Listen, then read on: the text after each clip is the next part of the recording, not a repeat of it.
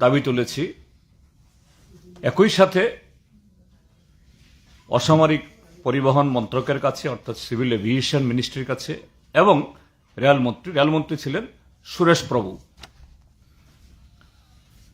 যে ত্রিপুরাজ্যের যে বিমানবন্দর, সেই বিমানবন্দরে ইংরাজি, হিন্দি, বাংলার পাশাপাশি ককবরকেও অ্যানাউন্সমেন্ট করা হোক, কেননা ককবরক ভাষী বহু প্যাসেঞ্জার আছেন। এটা শুধু প্যাসেঞ্জার তাদের কনভিনিয়েন্সের জন্য না, এটা রাজ্যের ঐতিহ্য, রাজ্যের গর্ব। এই রাজ্যের প্রায় 1/3 অধিবাসীর ভাষা হিসেবে তাদের ভাষায় যখন অ্যানাউন্সমেন্ট করা হবে, এটা বহিরাজ্য থেকে দেশ থেকে যারা রাজ্যে আসবেন তারা ত্রিপুরা বুঝবেন। সুরেশ প্রভু এবং অশোক গজপতি রাজু দুজনেই ছিলেন উপস্থিত। 0 আওয়ার সাধারণত সঙ্গে সঙ্গে মন্ত্রীরা দাঁড়িয়ে উত্তর দেন না। তো অশোক গজপতি রাজু আমাদের যে যুক্তিপূর্ণ উপস্থাপনা, স্ট্রং আর্গুমেন্ট, এতে কনভিন্স হয়েছেন এবং 8 এপ্রিল 2016 ইংরাজি, আপনাদের কাছে কপি দিয়েছি, 8 এপ্রিল 2016 ইংরাজি, যে আমাকে চিঠি দিয়ে জেনেছেন আপনি যে প্রশ্ন তুলেছেন এই বাজেট সেশনে 2016 ইংরাজিতে, I have had the matter examined and would like to inform you that Airports Authority of India had implemented announcement on flight information in Kokborok language at Agartala Airport, এবং আগরতলা এয়ারপোর্টে ককবরকে চালু হয়েছিল। এবং একই সাথে ত্রিপুরা যে রেলওয়ে স্টেশনগুলোতেও সুরেশ প্রভু তিনি নির্দেশ দিয়েছিলেন এই অ্যানাউন্সমেন্ট শুরু হয়। কিন্তু দুর্ভাগ্যের কি কেন্দ্রীয় সরকার বা রাজ্য সরকার যদি একবার এরকম কোন সিদ্ধান্ত নেয়, চালু হয়, এটা তো শুরু হয়ে গেল, চালু হয়ে গেল, কিন্তু লোকসভাতে আমার টেনিউর শেষ, অর্থাৎ এমপি হিসাবে যাতায়াত করি, প্রায় সময় শুনি এবং অ্যানাউন্সমেন্ট দেরি হচ্ছে কেন মাঝে মাঝে খোঁজ খবর নিই। 2019 সালে দ্বিতীয়বার মোদী আসার পর, বামপন্থী প্রতিনিধি লোকসভাতে না থাকার পর, একদিন কোনো ঘোষণা ছাড়াই এয়ারপোর্টে ককবরকে এই ঘোষণা বন্ধ হয়ে গেল, এখন শোনা যায় না। রেলওয়ে স্টেশনগুলোতে ঠিক হয় কিনা আমি ঠিক জানি না, হ্যাঁ না একবার শুনেছি আমি, কোন জায়গায় মনোঘাটে একবার শুনেছি, এতে সবখানে বোধহয় হয় না। এনিওয়ে, তো এই বিষয়টা ত্রিপুরাজ্যের প্রায় 13 লক্ষ ককবরক ভাষী বা ককবরক ভাষার যে সিস্টার্স গ্রুপ, অন্যান্য পাশাপাশি যারা এবং অন্যদেরও, শুধু ককবরকবাসী কেন বলবো, ত্রিপুরা যে 40 লক্ষ মানুষকে খুব ব্যথিত করে।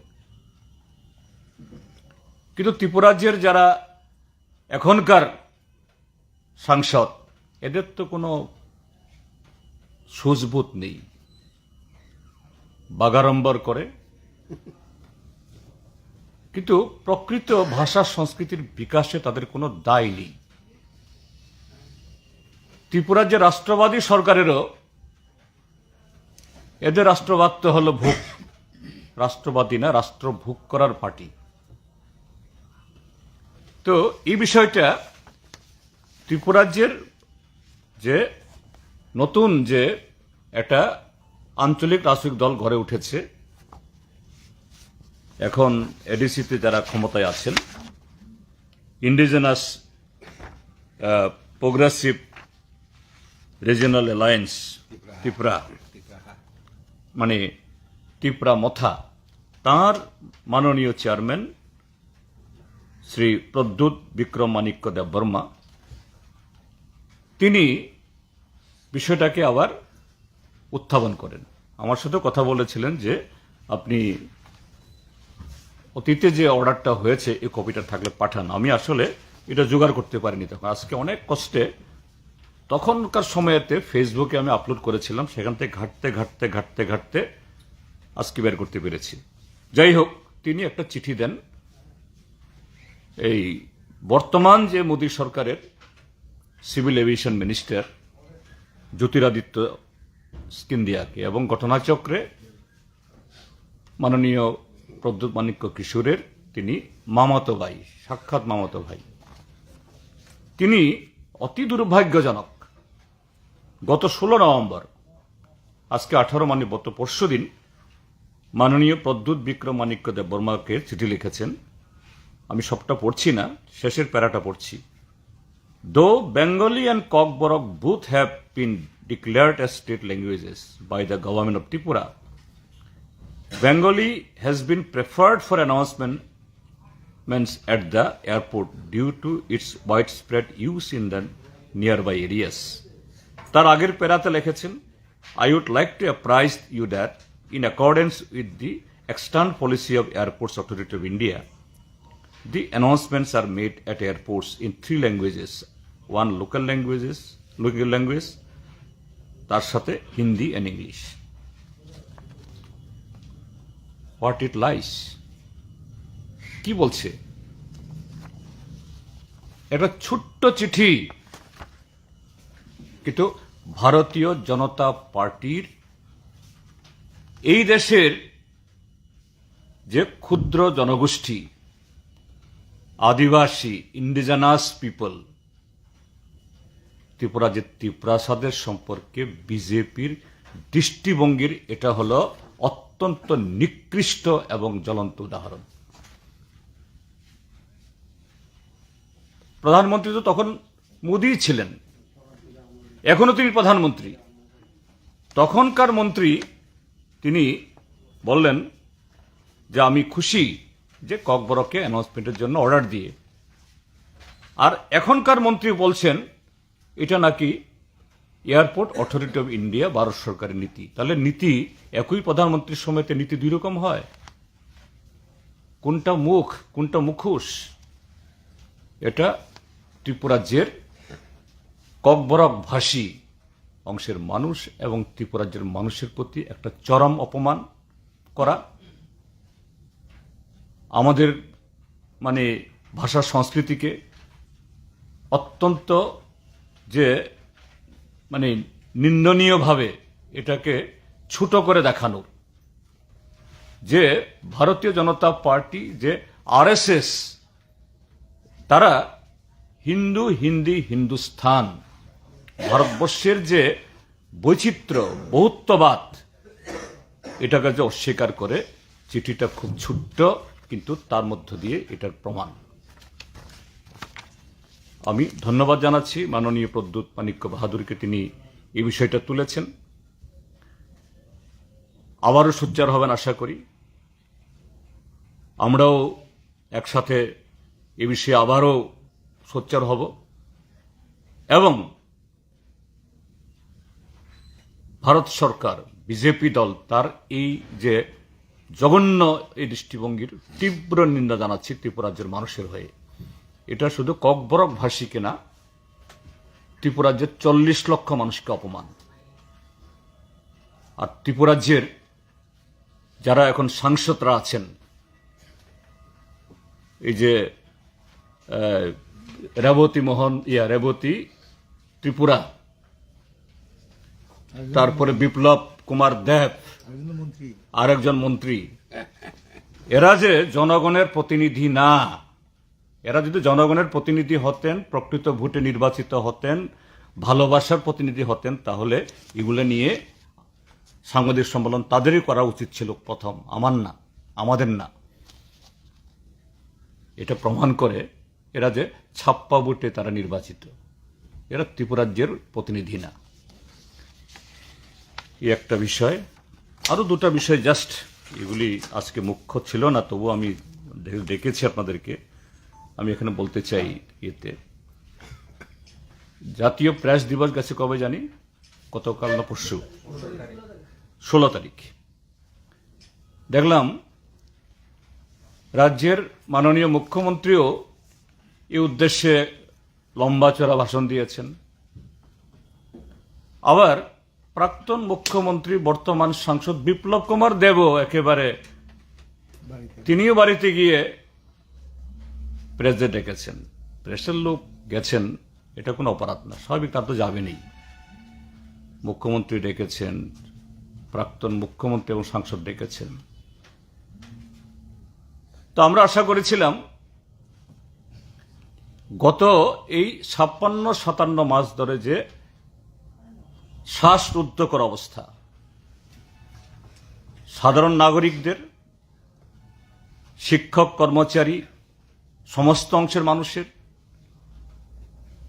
বিরোধী দলের লোকদের, এবং যে সংবিধানে যাদেরকে বলা হয় যে গণতন্ত্রের চতুর্থ স্তম্ভ, fourth pillar of the democracy, যাদেরকে বলা হয় ওয়ার্ল্ড ওয়াইড, আমরা যারা বিভিন্ন দল থেকে নির্বাচিত হই, কেউ সিপিআইএম এর, কেউ বিজেপির, কেউ কংগ্রেসের, কেউ অন্য কোনো দলের, কিন্তু প্রেস মিডিয়াকে বলা হয় they are the unelected representative of the people. তাদের কোনো দল বা গোষ্ঠী নির্বাচন করে না, তারা স্বনিযুক্ত এবং যে কোনো দলের বা কোনো গোষ্ঠীর প্রতিনিধি না হয়েও তারা সমস্ত অংশের মানুষের প্রতিনিধি, সংখ্যাগরিষ্ঠ, এবং যারা প্রান্তিক দুর্বল তাদের। ত্রিপুরাজ্যে এই বিগত 56-57 মাসে অন্তত কয়েক ডজন সাংবাদিক, সংবাদ সংগ্রাহক, ফটোগ্রাফার তারা লাঞ্ছিত হয়েছে, রক্তাক্ত হয়েছে, জোর করে চ্যানেল বন্ধ করে দেওয়া হয়েছে, এখনো অনেক চ্যানেল বন্ধ। যথারীতি অন্যান্য অপরাধে যেমন কোনো আসামি ধরা পড়ে না, এই সমস্ত ক্ষেত্রেতেও করে না। এগুলা নিয়ে বর্তমান মুখ্যমন্ত্রী, যিনি সাংঘাতিক বাইরে একটা মানে কি বলে চেহারা, ভদ্রলোকের চেহারা তিনি ইয়ে করেন, মানে ডেমনস্ট্রেট করেন, একটু ইনডাইরেক্টলি হলেও, সরাসরি তো খুব প্রকাশ করা মুশকিল, ইনডাইরেক্টলি হলেও বলবেন যে না, অতীত যা হয়েছে হয়েছে, সামনের দিকে তাকিয়ে চলতে চাই, পেছনটা ভুলে যান, খারাপ ভুলে যান, ভালোটা আসুন। উল্টু বললেন ত্রিপুরাজ্যের মধ্যে নাকি যে সাংঘাতিক গণতন্ত্রের বাতাবরণ, প্রেসের স্বাধীনতা, অথচ প্রতিদিন সংবাদ সংগ্রাহকরা আক্রান্ত হচ্ছে। কোনো কোনো পত্রিকা ইভেন হকিং করতে দিচ্ছে না, গাড়িতে তুলছে না, এবং বিজ্ঞাপনের ক্ষেত্রেতেও আটার ডিসক্রিমিনেশন। এত সমস্ত অন্যায়, বইফোর কিছু পত্রিকা, নিউজ চ্যানেল, এদেরকে লক্ষ লক্ষ টাকা পাইয়ে দিচ্ছে। আমি এটাও বলে দিচ্ছি, এগুলি সবগুলো ধরা হবে। যারা এই সমস্ত ক্ষেত্রেতে যারা কলম নাড়ছে, কেউ রক্ষা পাবে না, মাথার উপরে সেই ইয়ারা থাকবে না কেউ। তৃতীয় বিষয়টা বলছি আমি, 10,323 নিয়ে তো অনেক কথা হয়েছে, আমি সব কথা বলতে চাই না, এরাও ময়দানে আছেন। কিন্তু একটা বিষয় বলার একটা সময় এসছে। আমি কদিন আগে ফেসবুক লাইভে বলেছিলাম, আপনারা সবাই জানেন যে 2018 ইংরেজিতে 2019-এর লোকসভা নির্বাচনের আগে নরেন্দ্র মোদীর সরকার ভারতীয় জনতা পার্টির ভোট বৈতরণী পার করাকে সুগম করার জন্য 10% জেনারেল ক্যাটাগরির ক্যান্ডিডেটের জন্য চাকরি, মেডিকেল, ইঞ্জিনিয়ারিং, ম্যানেজমেন্ট, এসব ক্ষেত্রেতে সংরক্ষণের বিল এনেছেন খুব রাতারাতি। আমি তখন সাংসদ ছিলাম, প্রতিনিধি ছিলাম, আমরা বলেছি আমরা সংরক্ষণের বিরোধিতা করছি না, কিন্তু এটা যে ইকোনমিক ক্রাইটেরিয়া রাখা হয়েছে, ক্রাইটেরিয়া কি? 8 লক্ষ টাকা বাৎসরিক আয়, মিউনিসিপাল এরিয়াতে 1000 স্কয়ার ফিট মানে ফ্ল্যাটের মালিক, অর্থাৎ আগরতলা শহরে 1000 স্কয়ার ফিট মানে প্রায় 2 BHK, প্রায় 70 লাখ টাকা দাম ফ্ল্যাট কালচার আগরতলাতে হয়েছে। তৃতীয় হলো 5 একর অব্দি কৃষি জমি, 5 একর মানে 12.5 কানি কৃষি জমি। চতুর্থ হলো মিউনিসিপাল এরিয়াতে 100 বর্গ গজ হাউজিং প্লট। এর মানে তো কোটিপতি। ইকোনমিক ওয়ার্কার সেকশন যে নরেন্দ্র মোদী যে ব্যবস্থা করেছে, এতে তারাও সে আওতে আসবেন। এইভাবে হলো স্বাভাবিক। এটা নিয়ে রিট পিটিশন হলো সুপ্রিম কোর্টে, আরো বহু কোর্টে। আমি কথাটা উল্লেখ করছি কারণে ত্রিপুরা যে 10,323 চাকরি মাননীয় উচ্চ আদালত, পরবর্তী সময়তে শীর্ষ আদালত তাদের চাকরির রিক্রুটমেন্টকে খারিজ করেছে। কারণ কি? কারণ অন্য কিছু না, অন্য কোনো প্রক্রিয়াতে বিন্দুমাত্র কোনো ধরনের অনিয়ম হয়েছে গুণাক্ষরেও এগুলি কেউ বলেনি। কিন্তু বলেছে বামপন্থী ফ্রন্ট সরকার যে রিক্রুটমেন্ট রুলস করেছে, যা 80 দশক থেকে বলবৎ আছে ছিল। আজকে ত্রিপুরা রাজ্যের মহাকারণ থেকে শুরু করে পঞ্চায়েত অবধি,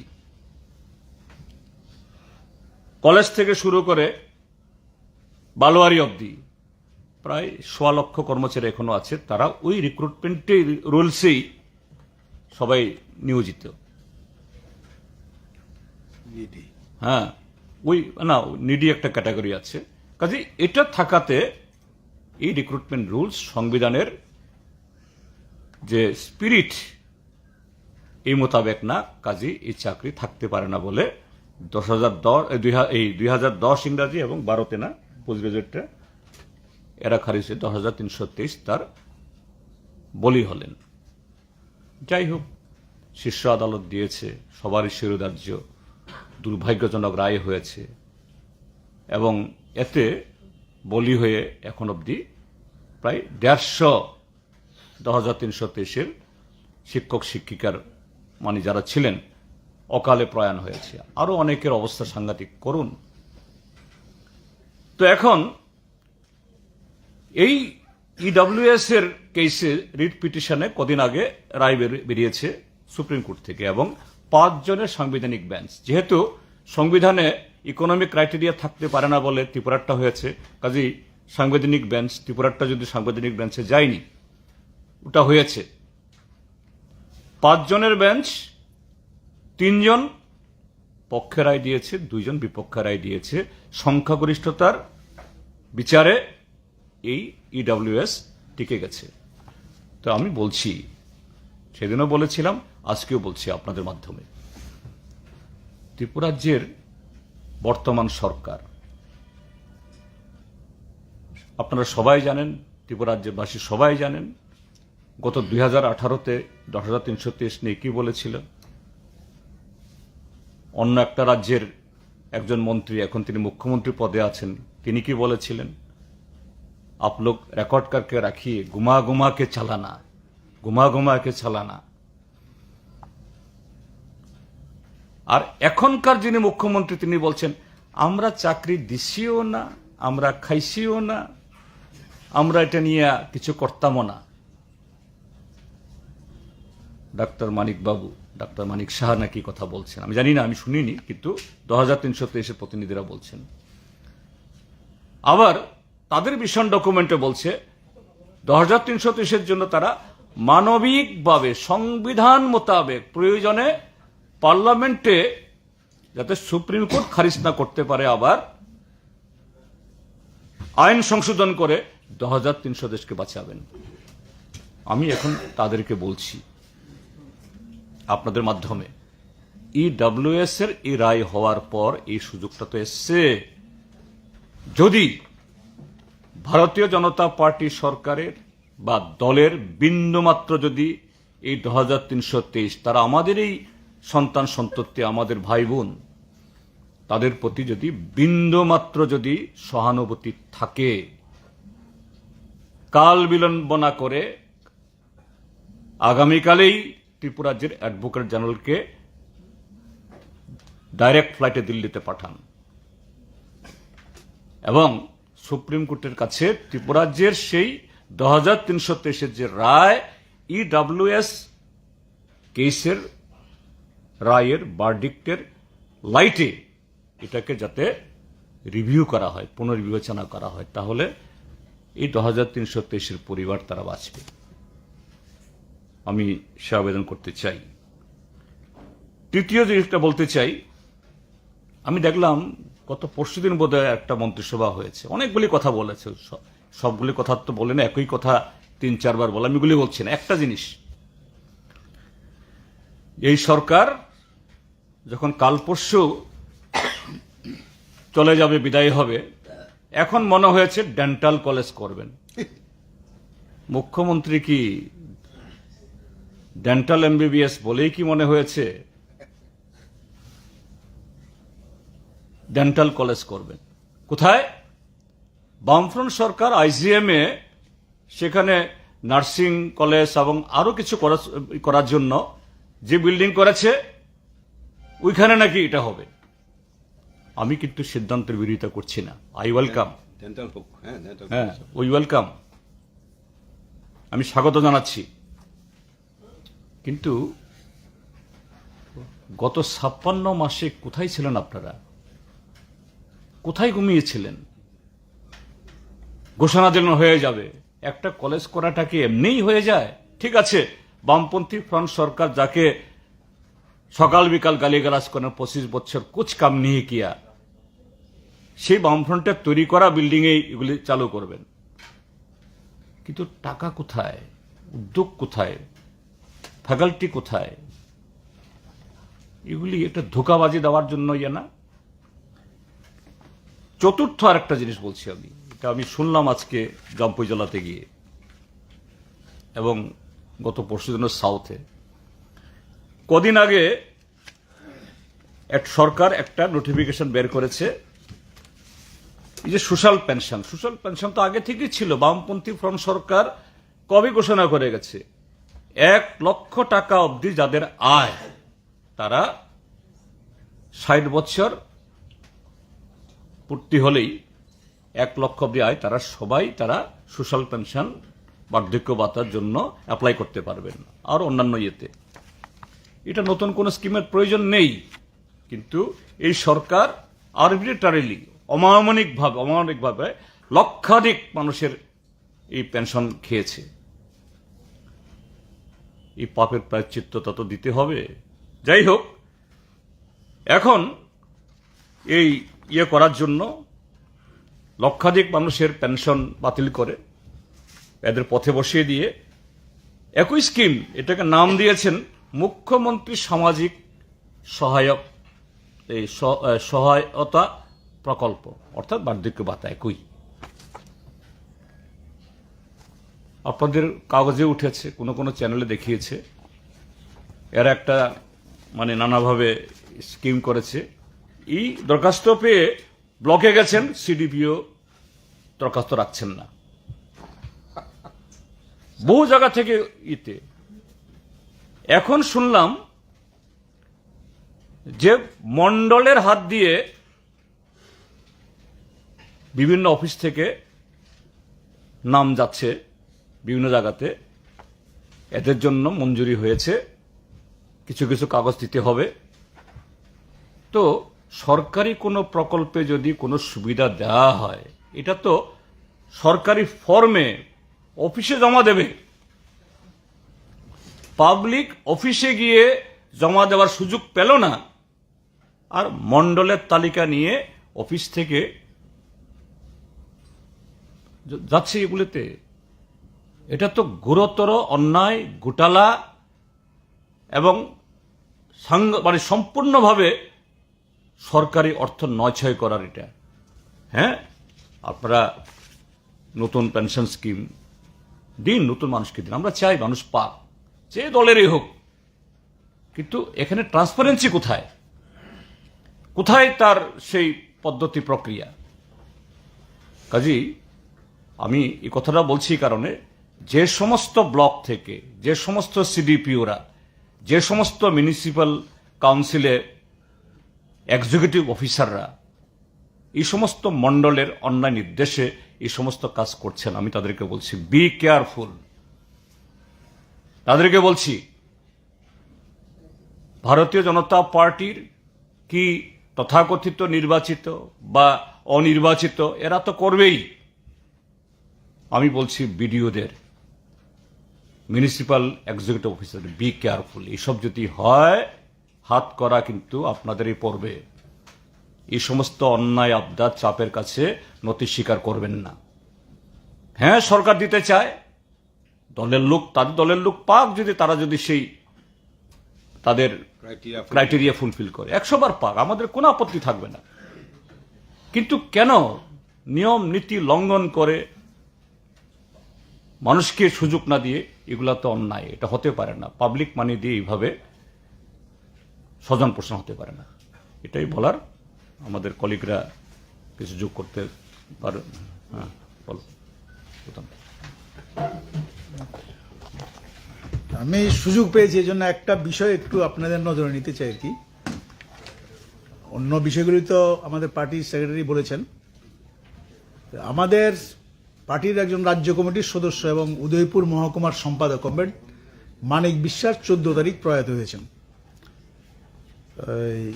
এটা আমরা উদয়পুরে একটা স্মরণ সভা করব ঠিক করেছি। আমাদের পার্টির পলিট ব্যুরোর সদস্য যাবেন।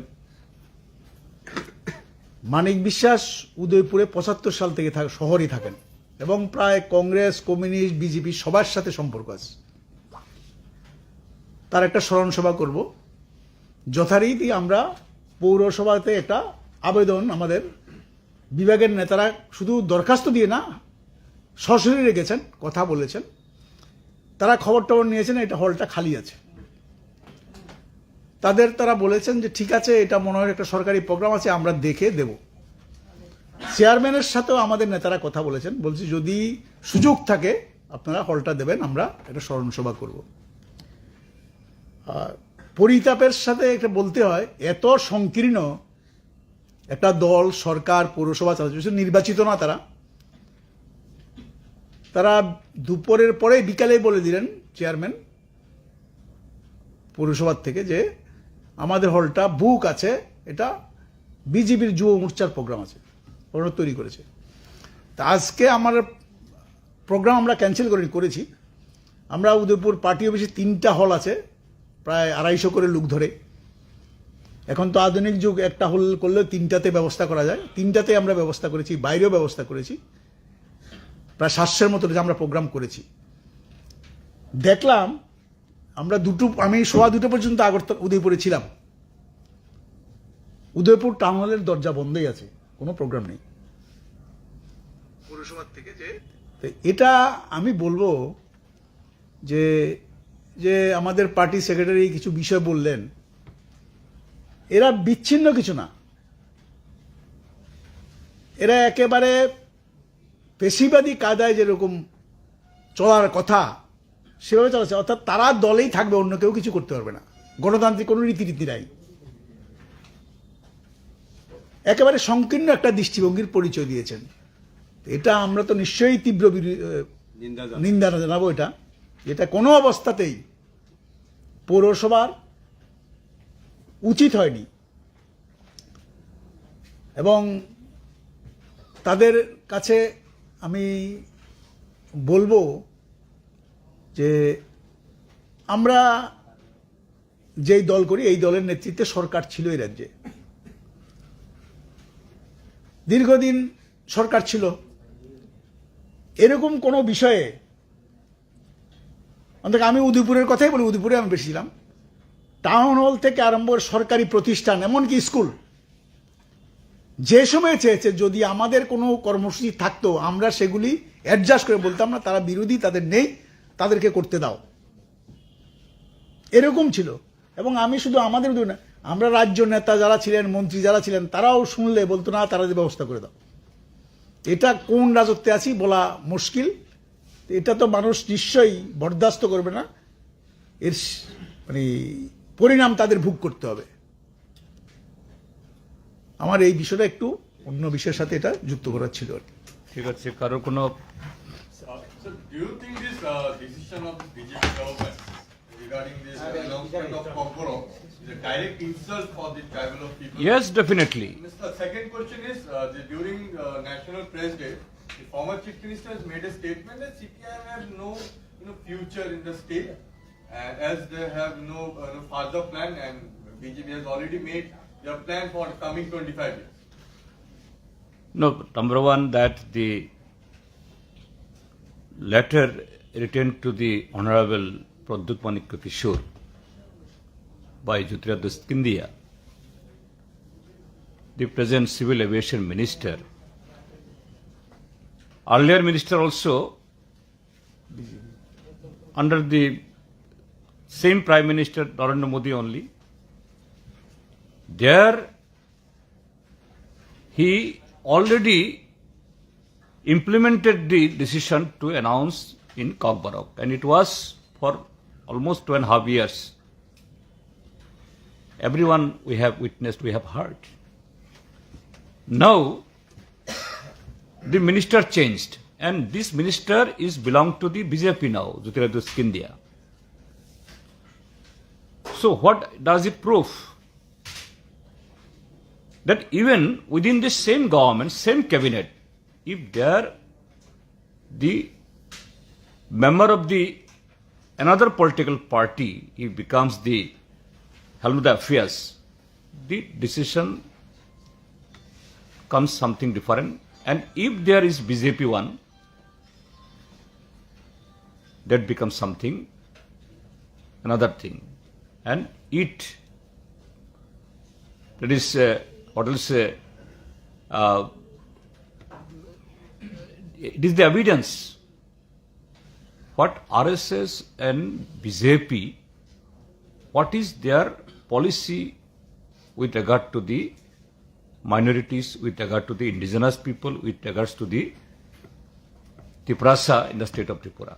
And what we always like to tell our friends, any rights of the people cannot be achieved by begging unless you wage the struggle. So struggle is the only answer, only weapon to wage your rights. So this is also it is a small piece of letter, but it speaks very voluminous, this thing. Second, what Dr. Manik Shah said, it is not Manik Shah, former Chief Minister. You see, this man is, what to say, their forefathers are the Hitler and Tuzu. They said the communist will be finished from the Europe. What happened?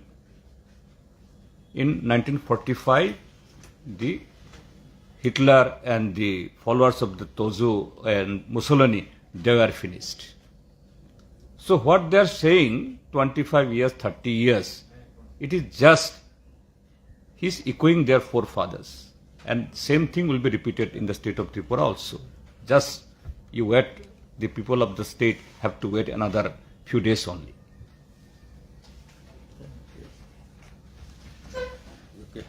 Thank you.